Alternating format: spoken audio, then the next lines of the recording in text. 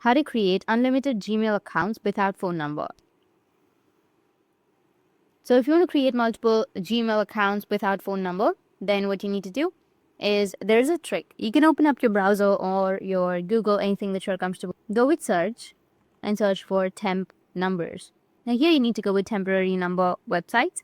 You'll have a lot of websites. Go and select any website that you're comfortable with. Once you load into the website, you need to scroll down and you can select the country in which you would like to have the phone number. So these are absolutely free.